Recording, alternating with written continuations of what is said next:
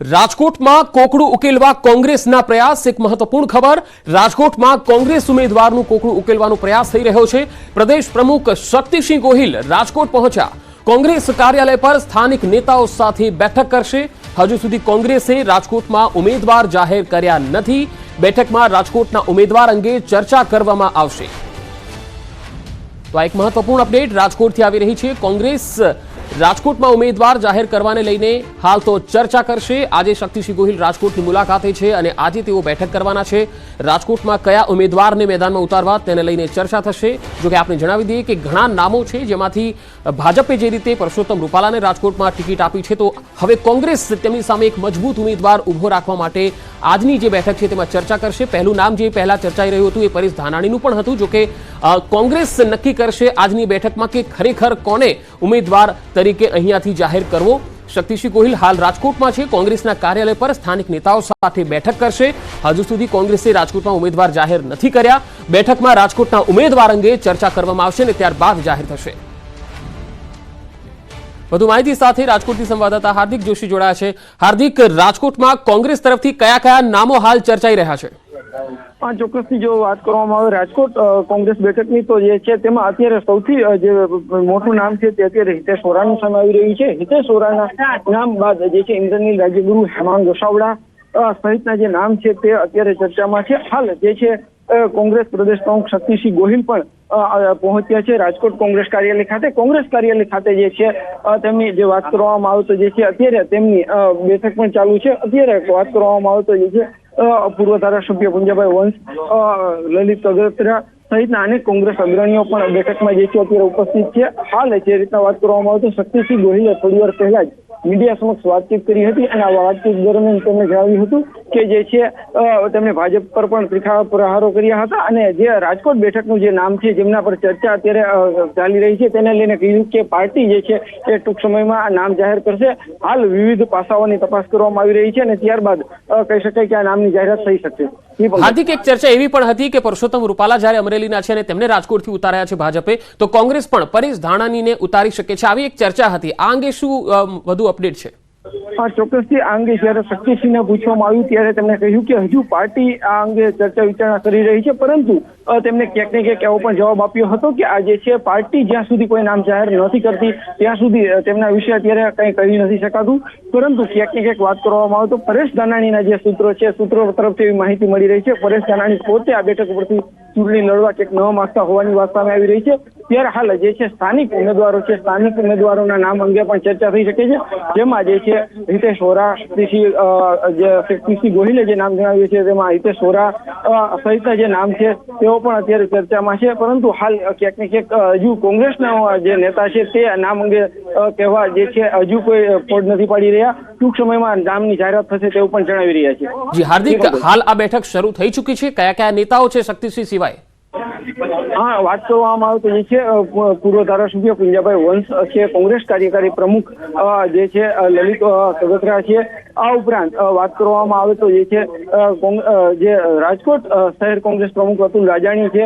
આ ઉપરાંત વાત કરવામાં આવે તો જે છે સ્થાનિક અનેક ઉમેદવારો છે, હાલ અપેક્ષિત ઉમેદવારોને જે અપેક્ષિત કાર્યકરો છે, આગેવાનો છે, તેમને જ આ બેઠકમાં બોલાવવામાં આવી રહ્યા છે અને હાલ આ બેઠક છે તેમના નામ અંગે પણ ચર્ચા કરવા અત્યારે આ બેઠકમાં જે છે લોકસભાની જે છે બેઠક અંગે ચર્ચા કરવામાં આવશે। સંભવિત છે કે નામ અંગે પણ ચર્ચા કરવામાં આવે, પરંતુ હાલ જે બેઠક પૂર્ણ થયા બાદ ફરી શક્તિસિંહ ગોહિલ જ્યારે મીડિયા સમક્ષ આવશે ત્યારે આ બાબતની વધુ ખ્યાલ આવી શકે। હાલ બેઠક ચાલી રહી છે ત્યારે હાલ કોંગ્રેસના કાર્યકરો આગેવાનો આ બેઠકમાં પહોંચ્યા છે અને અત્યારે બેઠક ચાલી રહી છે, જેમાં લોકસભાની આગામી ચૂંટણીને લઈને પણ ચર્ચા ચાલી રહી છે। જી હાર્દિક, આભાર માહિતી આપવા માટે।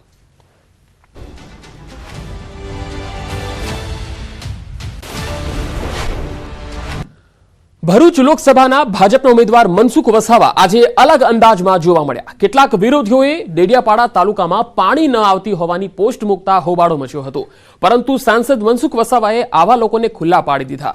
બન્યું એવું કે ડેડિયાપાડાના ઉપલા માથાસર ગામમાં પાણી નહીં આવતું હોવાની સોશિયલ મીડિયામાં કોઈએ પોસ્ટ મૂકી। આ જોઈને મનસુખ વસાવા પહોંચી ગયા રિયાલિટી ચેક કરવા। તેઓ ખુદ માથાસર ગામે પહોંચ્યા અને કાર્યકર્તાઓ અને સરપંચ સાથે સ્થળની મુલાકાત લીધી। ત્યાં જઈને જોયું તો પાણી આવી રહ્યું હતું। કેટલાક વિરોધી તત્વોએ ખોટી પોસ્ટ મૂકી નકારાત્મક માહોલ ઊભી કરી અને બદનામ કરવાનું કામ કરતા હોવાનો વસાવાએ આક્ષેપ મૂક્યો। પાણી તો પહોંચી જ ગયું છે. આ ફક્ત ચૂંટણી પહેલા નકારાત્મક માહોલ ઊભો કરી કેટલાક લોકો છબી ખરાબ કરી રહ્યા છે. વસાવાએ જણાવ્યું કે ઉપલા માથાસરમાં 200 ઘરની વસ્તી હોવા છતાં 50 થી 60 હેન્ડપંપ અને બોર મોટરની પણ સુવિધા છે.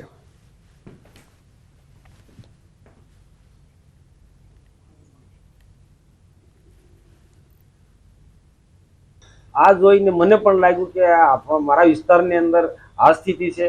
તો એ પોસ્ટના કારણે મને પણ દુઃખ થયું. પ્રત્યક્ષ મારે જોવું છે તો એ વિસ્તારના સરપંચ સંભાઈ વસાવા માથાસરના સરપંચ એ બીજા અમારા કાર્યકર્તા સાથે અમારા નીલ મહામંત્રી અમે ત્યાં ગયા. હકીકતમાં ત્યાં ગયા તો ખૂબ અમને એ સારું લાગ્યું કે ત્યાં 200 ઘરની વસ્તી છે. 200 ઘરની વસ્તીથી 50 થી 60 જેટલા બોર મોટર છે, હેન્ડપંપ છે. 50 થી 60 જેટલા બોર મોટર અને હેન્ડપંપ છે અને ટોટલી લોકો આ સાધનોમાંથી પીવાનું પાણી ઉપયોગ કરે છે. પોસ્ટ જે મૂકી તે તદ્દન વાહિયાત છે અને અમારી સરકારને કે અમારા વિસ્તારના આગેવાનોને એક નીચા પાડવા માટે, બદનામ કરવા માટે વ્યવસ્થિત આ પ્રકારનું કાવતરું હતું. તો વસાવા જ્યારે માથાસર ગામમાં પહોંચ્યા અને સરપંચ સાથે મુલાકાત કરી ગામની જે સ્થિતિ છે તેની જાણકારી મેળવી હતી. અને હાલ એક મહત્વપૂર્ણ ખબર આવી રહી છે સાબરકાંઠાથી. સાબરકાંઠા ભાજપ ઉમેદવારની ચૂંટણી લડવાની ના થઈ છે અને ઉમેદવારની લડવાની અનિચ્છા જોવા મળી છે, ત્યારે સમર્થકોમાં આક્રોશ જોવા મળી રહ્યો છે. મેઘરજમાં કાર્યકર્તાઓએ બેનરો સાથે દેખાવ કર્યા. સમર્થકોની ભીખાજી ઠાકોરને જ ટિકિટની માંગણી છે. સમર્થકો ઈચ્છે છે કે ભીખાજી લડે, જો કે ભીખાજીની લડવાની અનિચ્છા છે. સમર્થકોએ ચૂંટણી બહિષ્કારની પણ ચીમકી આપી. વધુ માહિતી સાથે સાબરકાંઠાથી સંવાદદાતા હાર્દિક મારી સાથે જોડાયા છે. હાર્દિક, ભીખાજી ઠાકોરે તો ના પાડી દીધી છે, પરંતુ મેઘરજમાં હવે તેમના સમર્થકો વિરોધમાં આવી ગયા છે અને ભીખાજીને જ લડવાનું કહી રહ્યા છે. શું વધુ માહિતી આવી રહી છે? તેમના સમર્થકો સાથે વાતચીત કરવાનો પ્રયાસ કરશો.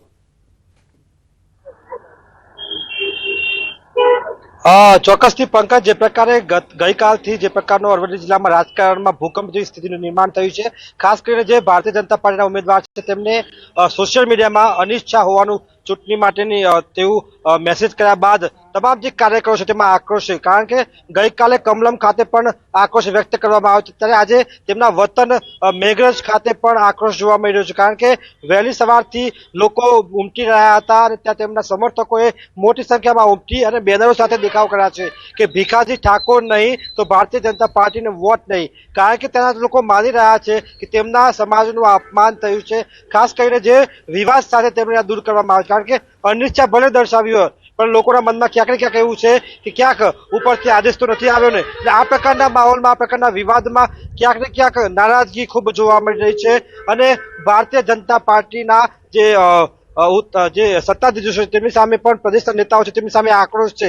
કારણ કે ભીખાજી સમર્થકોને સમજાવી રહ્યા છે કે શાંતિ રાખે, ભારતીય જનતા પાર્ટી તેઓ કાર્યકર છે, શાંતિથી એક સાથે લડીશું અને ભારતીય જનતા પાર્ટીના ઉમેદવારને જીતાડીશું. પરંતુ કાર્યકરો માનવા તૈયાર નથી કે ભીખાજી નહીં તો કોઈ પણ નહીં.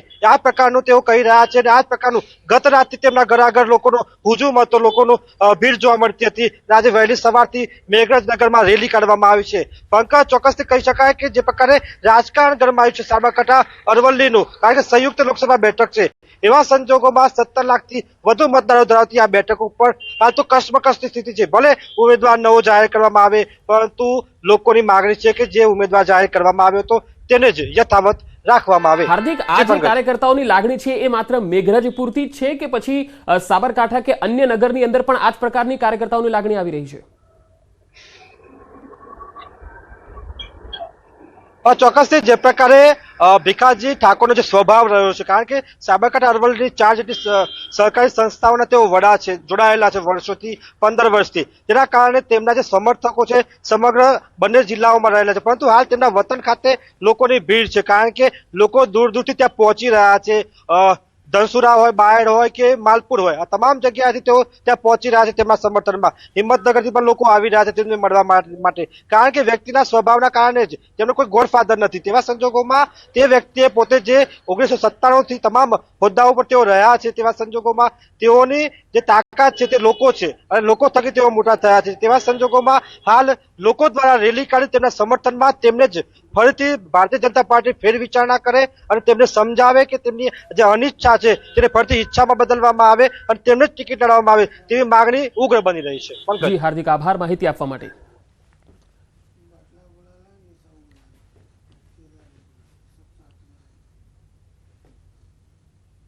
અને હવે નજર ટોપ 3 હેડલાઇન્સ પર. ભીખાજી ઠાકોરનો ચૂંટણી લડવાનો નિર્ણય મોકૂફ, કહ્યું મોવડી મંડળ કહેશે તેમ કરીશ, હું ભાજપનો કાર્યકર છું, તેને જ જીતાડવા પ્રયત્ન કરીશ.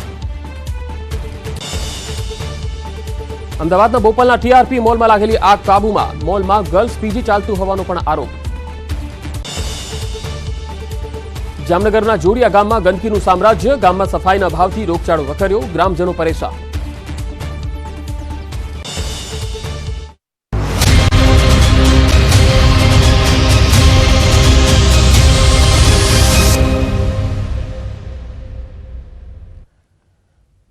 બ્રેક બાદ આગળ વધીએ વાત સુરતની. સુરતમાં નકલી ડિગ્રી કૌભાંડમાં વધુ 2 એજન્ટ પકડાયા છે. સિંગણપુર પોલીસે વધુ 2 એજન્ટની ધરપકડ કરી છે. બંને એજન્ટોએ 112 નકલી ડિગ્રી અને માર્કશીટ બનાવી હતી. સૌરાષ્ટ્ર યુનિવર્સિટીની 24 નકલી ડિગ્રી મળી આવી. 16 લોકોની અલગ અલગ યુનિવર્સિટીની નકલી ડિગ્રી બનાવી હોવાનો ખુલાસો થયો. બંને એજન્ટ પકડાતા મોટા ઘટસ્ફોટ થયા. અલગ અલગ રાજ્યોમાં નકલી ડિગ્રી અને માર્કશીટ બનાવી. કેંગન વોટરનો વેપાર કરતા આસિફ અબ્દુલ જીવાણીની ધરપકડ થઈ છે. તો આસિફ 10,000 થી 1 લાખમાં સર્ટિફિકેટ બનાવતો હતો. તો સરથાણા ખાતે સ્માર્ટ જર્મન ઇન્સ્ટિટ્યૂટ ચલાવતા કેતન શૈલેષ જેઠવાની પણ ધરપકડ થઈ છે. બંને ઓફિસ પરથી લેપટોપ સહિતનો સામાન પણ જપ્ત કરાયો છે. લેપટોપ અને કોમ્પ્યુટરના ડેટામાં કેટલીક એન્ટ્રીઓ પણ મળી આવી છે, જેના પરથી પોલીસે આવા નકલી સર્ટિફિકેટ કોને કોને બનાવી આપ્યા તેની પણ માહિતી મેળવી આગળની તપાસ કરશે.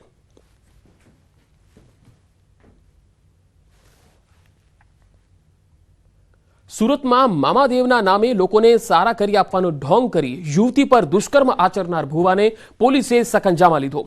પોલીસના જણાવ્યા અનુસાર પરિવાર સાથે આશ્રમે ગયેલી યુવતીને ઇન્સ્ટાગ્રામ મારફતે ભુવાએ પ્રેમજાળમાં ફસાવી હતી. ત્યારબાદ પોતાની ઓફિસે બોલાવી ઘેનયુક્ત પ્રસાદી અને મંત્રેલું પાણી પીવડાવી 2 વખત દુષ્કર્મ આચર્યું હતું. એટલું જ નહીં, લગ્ન બાદ પતિ સાથે સંબંધ બાંધશે તો મામાદેવ કોપાયમાન થશે અને પિતાનું મૃત્યુ થઈ જશે એવી ધમકી પણ આપી હતી.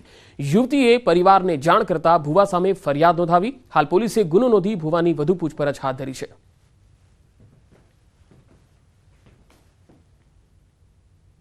આ કામના ભુવા કીર્તિ માંડવિયાએ ફરિયાદી બેનને એવી પણ ધમકી આપેલી કે તું તારી સગાઈ તોડી નાખ, જો તારી સગાઈ નહીં તોડે અને જો તું તારા પતિ સાથે જો તું લગ્ન કરીશ તો મામાદેવ જે છે, જો તું એની સાથે કોઈ લગ્ન પછી તારા પતિ સાથે કોઈ શારીરિક સંબંધ રાખીશ તો મામાદેવ કોપાયમાન થશે અને તારા પિતાજીનું મૃત્યુ થશે. અમદાવાદમાં લાભાર્થી સંપર્ક અભિયાન આજથી શરૂ થયું છે. મુખ્યમંત્રી ભૂપેન્દ્ર પટેલના હસ્તે આ અભિયાનનો શુભારંભ કરાવવામાં આવ્યો. અમદાવાદના બોડકદેવ ખાતે આવેલ સરકારી આવાસ યોજના પર મુખ્યમંત્રી પહોંચ્યા હતા, જ્યાં લાભાર્થીઓ સાથે ખાટલા પર બેસીને સીએમએ ચા અને નાસ્તો કર્યો હતો. મૃદુ પરંતુ મક્કમ મુખ્યમંત્રી ભૂપેન્દ્ર પટેલ તેમના સરળ સ્વભાવ માટે પણ જાણીતા છે. બોડકદેવમાં આવેલ સરકારી આવાસ યોજનાનો શુભારંભ કરાવ્યો. મુખ્યમંત્રીએ આ દરમિયાન જે લાભાર્થીઓ છે એમની સાથે પણ વાતચીત કરી હતી, તેમના પરિવારજનો સાથે પણ વાતચીત કરી હતી. એટલું જ નહીં, આ વિસ્તારમાં તેમણે ચાય અને નાસ્તાનો પણ સ્વાદ લીધો હતો. લાભાર્થી સંપર્ક અભિયાનનો આ શુભારંભ કરાવ્યો. જામનગરના જોડિયા ગામમાં ગંદકીનું સામ્રાજ્ય જોવા મળ્યું છે. ઠેર ઠેર ગંદકીને કારણે લોકો હવે ત્રાસી ગયા છે. એક તરફ બદલાતી ઋતુ અને બીજી તરફ ગંદકીના કારણે અહીં રોગચાળો પણ વકરી રહ્યો છે. સફાઈનો અભાવ અને ભૂગર્ભ ગટર છલકાવાના કારણે લોકો પરેશાન થઈ રહ્યા છે. અનેક રજૂઆતો કરવા છતાં કોઈ જ કામગીરી ન કરાયાનો લોકો આરોપ કરી રહ્યા છે. તો બીજી તરફ ગ્રાન્ટ ન મળતા કર્મચારીઓના પગાર ન ચૂકવાયા હોવાથી તેઓ આવતા ન હોવાનું તલાટીકમ મંત્રીનું કહેવું છે.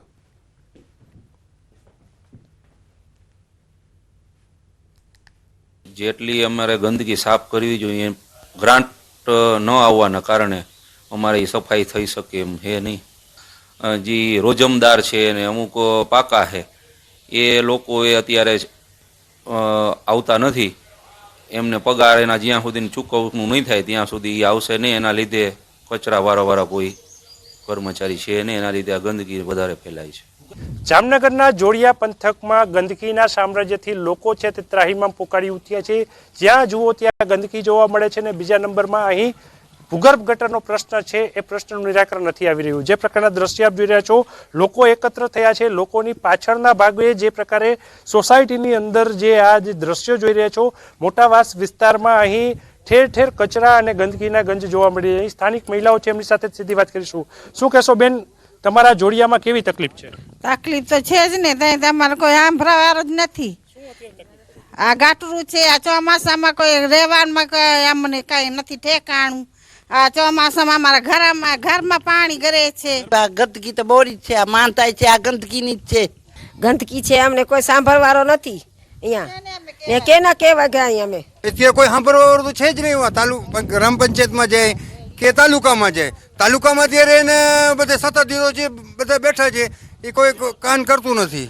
સાહેબ અમે જાય છે ને માંગણી કરવા કે અમારે ગટર ઉપર આવે છે ને તાલુકા પંચાયત વાળા ટીડીઓ સાહેબને શું કહે છે કે અમારા મશીનમાં છે ને ડીઝલ નથી. એટલે જે પ્રકારે કામ કરવા કોઈ તૈયાર નથી, જેને લઈને જામનગરના જોડિયામાં ગંદકીનું સામ્રાજ્ય છે તે જોવા મળ્યું છે.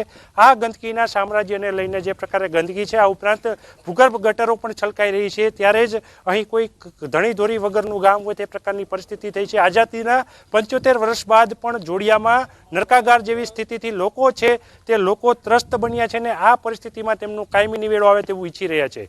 કિંજલ કારસરિયા, ન્યૂઝ 18 ગુજરાતી, જોડિયા, જામનગર.